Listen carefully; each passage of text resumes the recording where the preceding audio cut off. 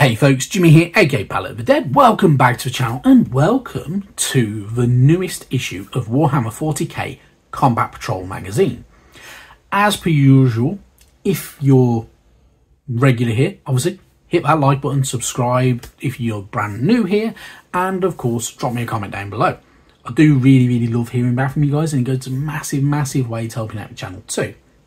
Now, this week we are on issue number 8 of Good Old Combat Patrol, and it is part 2 of 2 for our Termagants and Ripper Swarm for the Tyranids. So, in last week's issue, you had these guys, and these kind of round out the 10 Termagants and single Ripper Swarm that we get so far with the magazine.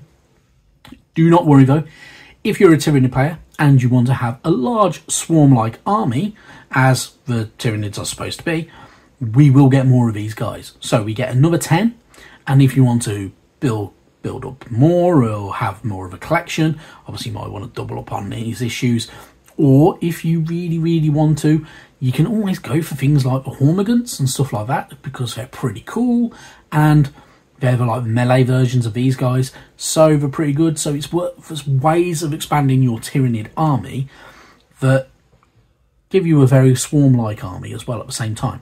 So, your choice, but pretty cool stuff. I do quite like them. Obviously, the build guide was in last week's issue, so obviously pull that out to build them up. Personally, I'm going to be leaving mine probably until I've cleared some of my painting backlog, because that's ridiculous at the moment. But for now, I'm quite happy with them. I'm quite looking forward to getting going with them. Now, talking of painting, obviously the beginning of the magazine, we're going to go into a paint guide because we didn't get it last week. So if you are following the guide, you are going to need your Wraithbone and Baraknar Burgundy paints. So Wraithbone as your undercoat, coating the entirety of a model. Obviously, it will take a couple of coats with this. If you do have nice warm temperatures though, or a very nice well ventilated area where you can make it a little bit warmer, like a garage or anything like that, as long as it's got good ventilation, spray paint is your friend. Whether you're using the Citadel Wraithbone paint, or you're using the good old Colourforge alternative, or you're using an ivory spray paint from Army Painter or anywhere like that, then that'll be far easier. It gives you a nice even coat spread, and it'll save you a load of time as well. Obviously though, you do ideally need spray paint to be at 20 degrees to give it a really good average coat. Hotter dries paint out before it hits model. Colder will leave things really streaky and grimy, and will actually give you a horrible look to your mini and a horrible finish to your spray paint. So with that in mind, obviously utilising that is pretty good. If you need to warm your spray paint up, so for at the moment in the UK here it is around about 15 degrees Celsius to 20 degrees Celsius at the max, which is really good for October. If you are going to spray paint at the moment, put your can in a tub of quite warm water to heat it up and give it a bit of a temperature. Obviously shake it very well, and use it in small bursts. So if you need to spray it, obviously spray it, put it back inside the warm water, take it out, spray, back into the warm water and stuff like that. So it will stop the paint from going a bit weird and giving you a horrible finish in the long run. But otherwise, you can always wait until next summer if you really want to. Around, as I say, about 20 degrees Celsius is the a very good point for spray paints. So it's up to you how you want to go about doing it. I will be waiting with the Termagants and pretty much all the other Tyranids now, just because the weather's not right for spray painting, and I haven't got somewhere well ventilated and suitable to spray paint in my house or anything like that. So it is what it is. Anyway, obviously the painting guide is very straightforward. So if you are going to brush paint it, which I don't always recommend, you can still get a pretty decent look out of it. Wraithbone all over. You're going to use your Baraknar Burgundy over the carapace of the Ripper Swarms and good old Termagants, the same like you did with the Barbgorns and the Wing Tyranid Prime and the Von Ryan's Leapers, and you do for the Psychophage and the Parasite of Mortrex and such like. if you are going to do that, you may make a few little mistakes. Obviously, take your time to pick them up and you go back over with Wraithbone. But otherwise, straightforward. Very, very, very easy so far. There are ways to improve it. So if you want to, you can always do very, very, very thin layer of paint of Barrett Burgundy to use as a wash or a shade, or if you've got, say, I don't know, Carroburg Crimson or anything like that in your painting arsenal. So for instance, if you've had Stormbringer or any other magazines like that, Reichland Fresh Shade, Barrett Burgundy, and can work quite well together. You can use Norn Oil, you can paint them however you want, you can go with this colour scheme, you can go blacks, you can go greens, you can go browns, you can go bright pink, you can go with luminous yellow if you really, really want to.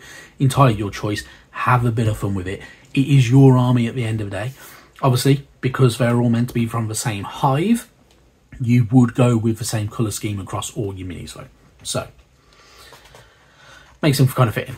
But otherwise, if you're following the magazine though, you're going to be left with something like that. Obviously, later on in the magazine's run, we are going to go over with shades, possibly contrast, and then using edge highlights with certain other colours as well to kind of bring it back. So Screamer Pink will probably be in there, as well as a few others. And it will give it a nice brighter look and colour and such like. So, yeah, have a bit of fun with it. But it's your models at the end of the day. Paint them how you want. Moving on though, we get more of a reading section, also giving us more lore and history into the Imperium of Man. So, Departamento Munitorium. Wars are not only fought with valour and cunning, but with logistics. Within the Imperium, the vast task of supplying its trillion-strong armies falls to the venerable Departamento Munitorium. So, the logistical challenges of the Imperium are sanity-shattering in scale. Every day on every front, soldiers require fresh ammo, rations and equipment, all of which must risk transit across the unstable and dangerous tides of a war. It is the Departamento Munitorium that undertakes this colossal task. So, obviously, you know, there are quite a bit of information about good old how the logistics works in the Imperium of Man. They're using here the Tempestus Scions receiving some much needed supplies and such like that, which are part of the Imperium, which are pretty cool units. They're not too bad, they quite look pretty cool and such like. Obviously, going through, you will get these cargo ships. We don't get them with this magazine, but we had them with Imperium magazine.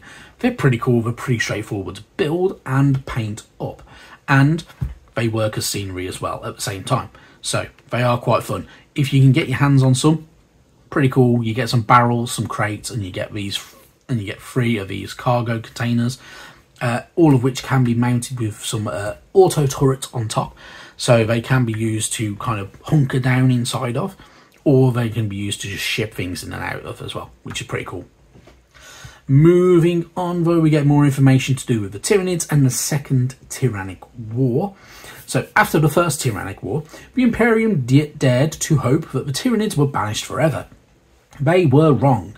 Centuries later, the Tyranids returned in even greater numbers, spearheaded by a hive fleet designated Kraken.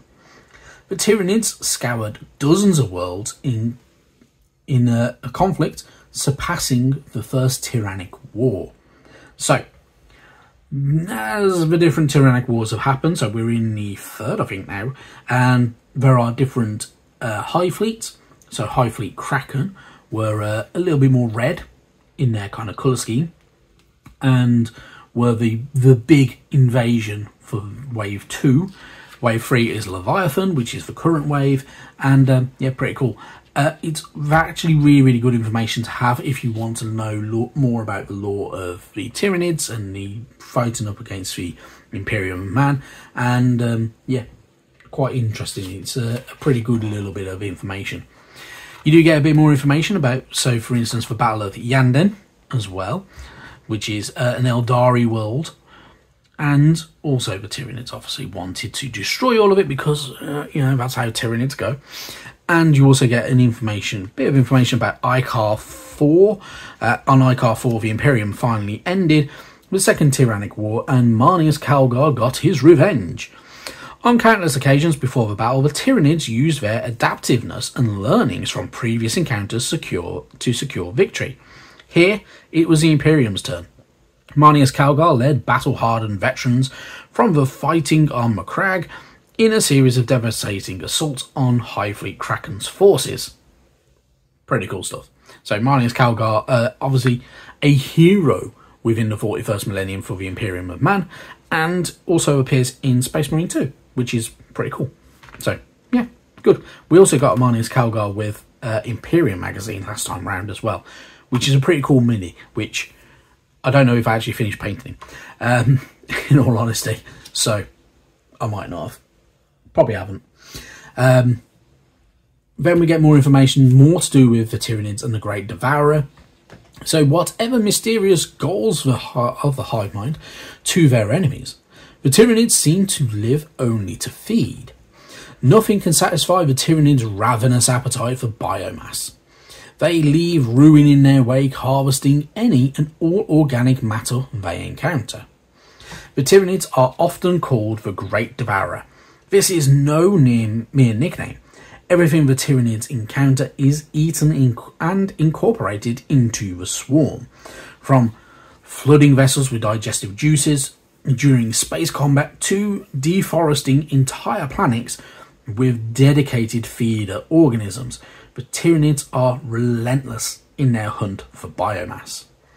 So, the way the Tyranids kind of work is they kind of work like the Genestealer cults in a lot of ways. So the Genestealer cults have a link to the Tyranids, which will be explained at some point later on. The way the Tyranids work is they devour things. As they devour things, they mutate, and those mutations kind of change how they operate, which is why we get so many different types of Tyranids, which is pretty cool and pretty interesting at exactly the same time. So there is a little bit of that and a little bit of kind of like gene splicing. So, for instance, the idea behind a lot of their weaponry is, depending on what their main source of food has been, their weaponry can fire different types of ammo. So, and from what I've read before, and so, for instance, they could have acidic style ammo that burns and such like that, and kind of dissolves things because they've eaten, as they have absorbed countless tons of acidic matter. Or it could be they've devoured things that burn, so they have kind of inflammatory weapons and such like that, which is pretty cool. It's pretty different, and it's a nice way of doing it. So you can kind of a nice idea behind it anyway. So the death of the world, obviously you get a bit of information about that. So they invade, overwhelm, and consume everything on a planet, which you get to see a little bit of that in Space Marine 2, which I'm going to bang on about all the time because I do really, really like that game, and it was really good fun. And eventually they can leave a planet a complete barren wasteland because they have destroyed and devoured everything on the planet, and they overwhelm after their invasion. And the idea is because they are overwhelming numbers, because they are a swarm unit and a swarm army. So the idea is to have loads and loads of units all out in once and then go like that. Pretty cool, pretty interesting, and pretty devastating to your opponent as well. Then we move on. We get our collecting page for the Termagant, so you can give them their unit name if you really, really want to. Obviously, you can roll for their background as well if you really want. So, you know, they may use tactics that seem unusually similar to those employed by human soldiers of the Astrum Militarum. They could even just be, you know, utterly ravenous and devour the remains of slain enemies with hideous speed and ferocity and such like. So they have a bit of that about them. You also get the data sheet. Obviously, we already have a data card, so you're not going to need to carry data sheets around for it with you when you're going to be battling, because we already have that data card, which is far easier. Moving on though, we get more information about our basic rules, so charging and combat, which you're going to need to know later on when we're not using kind of predetermined kind of battle reports and such like that. So you are going to go through different battles where you are going to need to measure your distances, so you can use that silly plastic ruler from the last issue, or you can use a tape measure. I say tape measure's far easier. And And it's all to do with things like you are going to want to charge, because you do get a charge phase. You can charge into combat, or you can fail your charges and such like that. So, but gives you a bit more information. So if you are new to 40k and you need to learn how to play, this is pretty cool stuff. So obviously this fits in with all the other issues. So as the issues go on, we'll get more and more of basic rules, and we will get advanced rules as well. So it'll be essentially like having the good old core rulebook in the long run. But we'll wait and see. Then we're moving on. We're moving on to ambush predators, which is our scenario. So we're using some of the Tyranid terrain on them cards, your Termagants and Von Ryan Zeepers, going up against just a single squad of Infernus Space Marines. So the Infernus Marines will obviously need to burn everything in sight. The Termagants are pretty weak and pretty squishy, so they can die quite rapidly. Von Ryan Sleepers are a little bit tougher, and you're going to want to have a bit of fun with that. So pretty cool stuff. A bit more of an interesting fight as well, which is always really, really good fun. And we will see how that goes. But otherwise, if you are going to do it, have a few plays of it, because it'll make life so much better for you, and you can have a bit of fun, and you can really pick the game up over time. You don't need to rush it though, but pretty cool. Quite nice and quite interesting at the same time. So, happy days there. Moving on. Next week, paint issue. Obviously, nothing to really write home about. We get Retributor armor, obviously a really, really useful paint, especially for painting all that metallic trim. So if you're painting all those trim pieces on the edge of the pauldrons, the Aquila on the chest, you may want to use it on certain other bits and pieces every now and then, like little trinkets that may be hanging off of certain bits of armor, hilt of swords and such like that, and the power swords, and even things like the power axe from Librarian the week after. And you'll also utilise it in other factions as well, much later on. The other colour we get is Baron Black. This is really, really good for going in between your armour on your Space Marines, and going into the little nooks and crannies, painting down the barrels and such like that of any firearms that the Space Marines might be carrying, and more. So, two really, really good paints. Moving on though, issue 10. We get the Librarian in Terminator armour, a fantastic mini. I must admit, one of my favourite Space Marine minis. He looks pretty cool, pretty badass. I think the base just doesn't do him any justice. I think he needs a tactical rock in there, or two, and a little bit more to it, to kind of give him that little boost and kind of separate him from a crowd, although he already looks like he's separated from a crowd, doesn't he? Which is really cool. And we get our second brush. So this brush is a medium base brush. They are pretty decent. We've had them before with good old Imperium magazine and with good old Stormbringer. I'm not going to lie, I'm not going to show you mine because mine are a bit battered. They are pretty decent. For synthetic brushes, they're pretty good brushes. Citadel brushes are always a little bit up and down, but these ones are pretty cool. So I must admit, I do quite like them brushes. They're pretty good. And they can be used as, because they're a little bit flatter, they can be used like a dry brush as well. Anyway, that's enough rambling on from me. One thing I will say before I go is I now have a new PC, when I can learn to speak. So I have a brand new PC, so obviously this phone hasn't been edited on my phone, which is even better, and we can go back into doing some better videos. I've got to try and regain some content from my old PC. I've got to take the hard drive out of it and hopefully recover some data, because there are some painting bits and pieces and some other clips that I'd recorded a while ago and such like. So yeah, it is what it is. Anyway, thank you so much for watching, and yeah, I'll see you sometime soon. Bye bye now.